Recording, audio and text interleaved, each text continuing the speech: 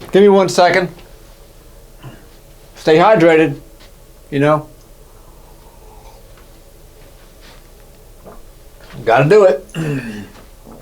Okay, welcome back to video 7.3a. We're going to talk about spring forces and work done by springs. Now, whatever a spring force is, we're going to talk about that first. We're going to start with a spring.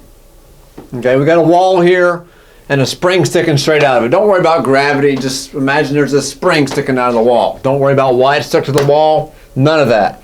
Just want you to imagine in your young, active imaginations a spring sticking out of the wall. It's right there. Okay? And it's at this position here. Okay?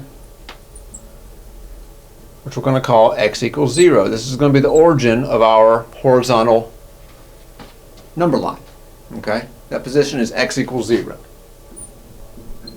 The spring is neither compressed that way or stretched out this way. It's just relaxed. This is known as the equilibrium position. It's in equilibrium. It's just chilling.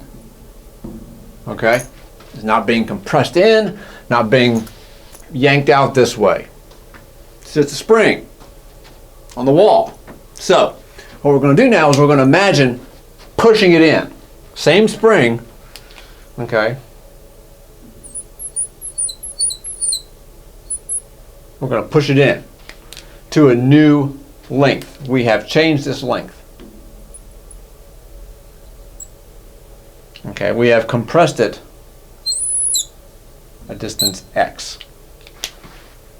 Now in this case x happens to be negative, but don't worry about that right now. Just know that we pushed it in a distance x. So it's the same old spring. Now we're pushing in on it, but you know what? It's pushing back. It is pushing back on your hand. You can imagine that if you had a spring. You know what it's like. You pull a little spring out of your click pin, start playing with it. You compress it, it pushes back. Right? You can go to your home office and pull out a spring. You can play with it a while, and you'll see you can stick it on the wall. You can press it in. It's going to push back. There's a force pushing back this way on you. Yes, it's true. You're pushing in with a force. Okay, it's not moving anymore. We just pushed it in and we're holding it there. So, you know, not moving anywhere. It's pushing back with a force F. That's known as the spring force.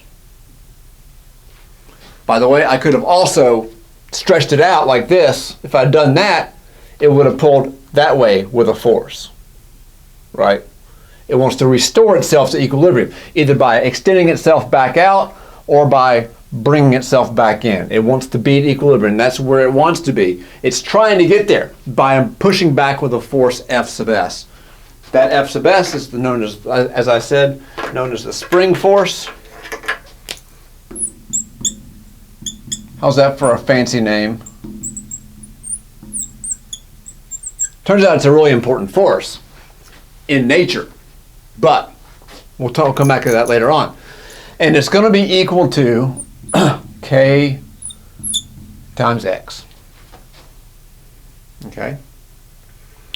The magnitude of it. This is a magnitude equation. Doesn't tell you the direction. Obviously in this case it's positive. If I had stretched the spring out this way, the spring force would have been that way, negative. But that doesn't matter. This is a magnitude equation, what I've drawn on the glass here. The magnitude equation.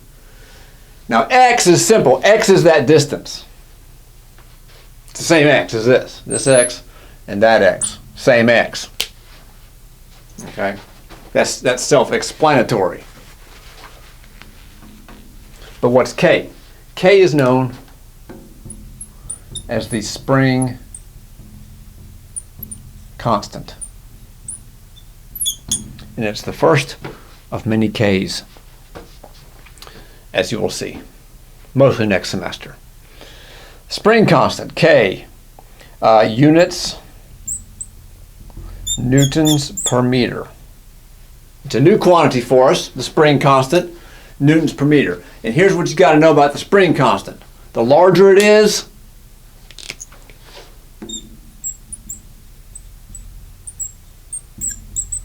The larger it is, the stiffer the spring is.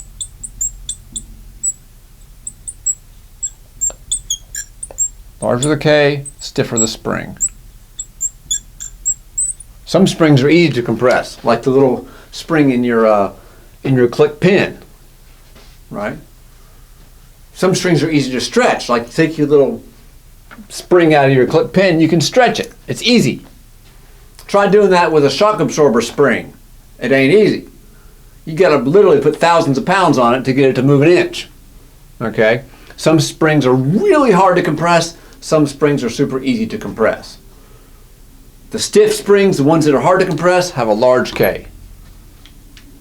The ones that are easy to compress, super springy, easy ones to compress, have a small value of K. So K tells you how stiff the spring is. So the larger the spring, the larger the K, the bigger the force for a given X. Okay. Okay, now, what you need to know about the spring force that's important is it's not like other forces we've dealt with, like gravity. Okay? Because this force depends on position. This is not a constant force. If I push the spring in a little bit, that force is small. If I push it in further, it's going to be larger. So the force is not constant. As I compress this spring from equilibrium to X, the force back on me, the spring force, is not constant.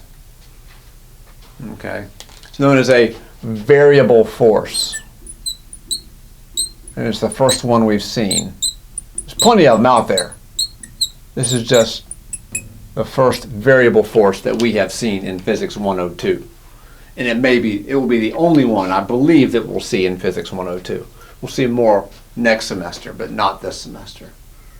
Okay, it's a variable force. It varies with position. As I push the spring further and further in, the stronger and stronger and stronger and stronger it pushes back. Okay, and the more that I pull the spring out, the stronger and stronger and stronger it pulls back in, trying to regain its equilibrium. Okay, so this is a variable force. Now, how much work did I have to do? I had to do work. I had to push with a force through a distance to get that spring to compress. I have to have a force working through a distance to have that spring stretched out. How much work do I do pushing the spring from 0 to X? Okay. The work required, and I can't derive this. Deriving this requires calculus, and we're not going to be using calculus in this class. It's actually the integral of this force here is how you find the work, for those of you who have seen calculus before. But that doesn't matter. The work required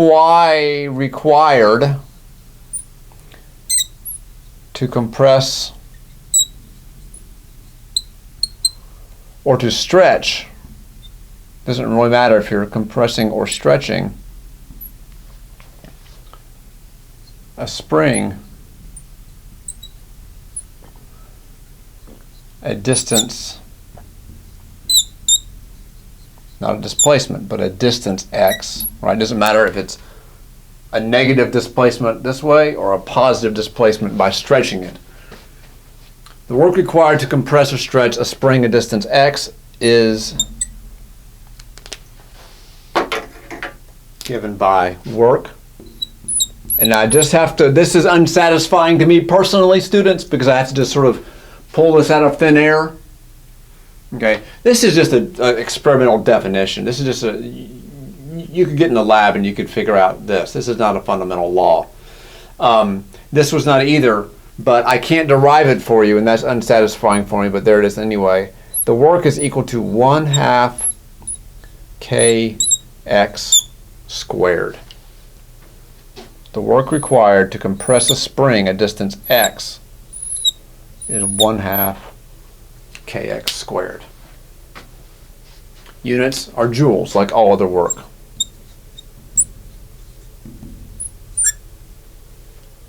Okay, and all energy. So when I take this spring, compress it from here to there,